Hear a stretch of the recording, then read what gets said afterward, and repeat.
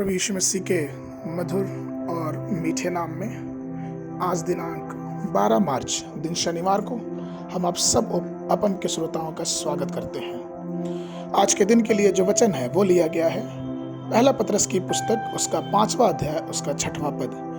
वचन इस प्रकार से कहता है, इसलिए परमेश्वर के बलवंत हाथ के नीचे दीनता से रहो, जिससे वह तुम्हें उचित समय पे बढ़ाएगा। प्रभु में मेरे प्रिय लोगों, जब हम और आप अपने आप को परमेश्वर के शक्तिशाली हाथों के नीचे नम्रता से रखते हैं तो परमेश्वर हमें निश्चित समय पे एक ऊंचाई से सम्मानित करता है। वो चाहता है कि हम उसके शक्तिशाली हाथों के नीचे एक नम्रता और दीनता बनाते हुए परमेश्वर के रास्तों से भटकने हैं, लेकिन उसकी रास्तों में बिना कुड़कुड़ाए बिना बुड़बुड़ाए बड़ी दीनता से उसके साथ आगे बढ़ते जाएं। अगर हम बाइबल में यूसुफ के जीवन के विषय में देखें तो हमें और आपको पता चलेगा कि किस प्रकार से यूसुफ, जो कि किसी भी गलती का शिकार नहीं था, उसने कभी भी कोई गलत काम नहीं किया, लेकिन फिर भी उसके ऊपर पोतीफर की पत्नी ने झूठा आरोप लगा के उसे कारागार में बंद करवा दिया। ये बहुत लज्जा और बहुत बुरी बात थी, लेकिन फिर भी यूसुफ ने कभी भी परमेश्वर से और अपने जीवन से धैर्य नहीं छोड़ा। उसने हर समय का प्रतीक्षा किया, क्योंकि उसे मालूम था कि उसका परमेश्वर उसके साथ है।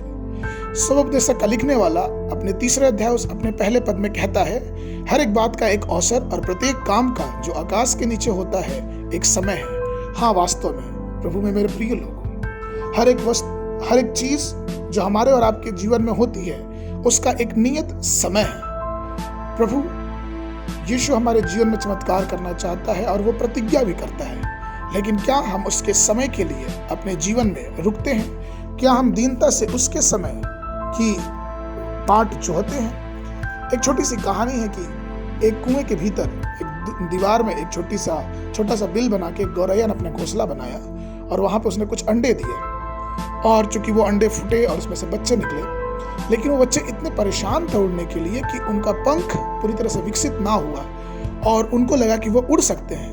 वो उस बिल में से निकलकर उड़ने की कोशिश की, लेकिन तुरंत पानी में डूब गए। क्यों? क्योंकि उन्होंने जल्दीबाजी की।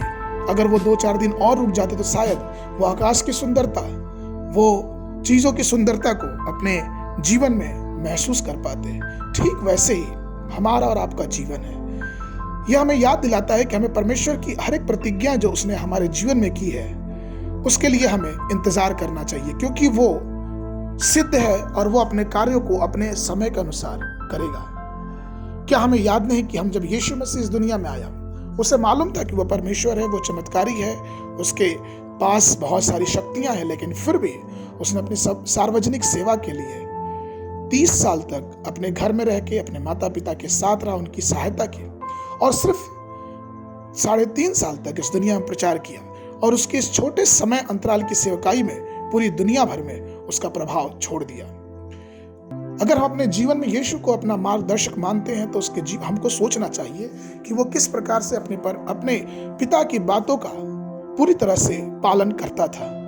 एक और घटना यूहन्ना की पुस्तक उसके 2रे अध्याय में मिलती है कि जब शादी में दाखरस की कमी हो गई तो प्रभु यीशु मसीह चाहता तो वहां तुरंत दाखरस बना देता, लेकिन उसने कहा कि अभी मेरा समय नहीं आया है। अर्थात प्रभु अपने समय के साथ नहीं, लेकिन पिता की इच्छा और उसके समय के अनुसार अपने हर एक कार्य को करता था। इसीलिए तो यूहन्ना की पुस्तक उसका 7 और 6 से 10 पद में अगर हम पढ़ेंगे तो हमें मिलता है, तब यीशु ने उनसे कहा, मेरा समय अभी तक नहीं आया, परंतु तुम्हारे लिए सब समय है। तुम पर्व में जाओ, मैं अभी इस पर्व में नहीं जाता, क्योंकि अभी तक मेरा समय पूरा नहीं हुआ।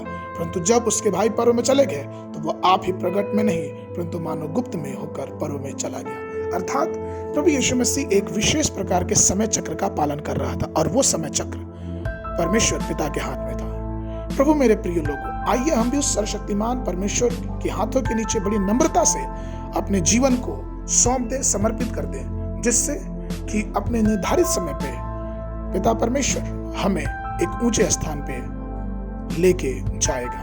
आज के बनाने के लिए जो पद है वो लिया गया पहला पतरस की पत्री उसका 5 अध्याय उसके 5 पद।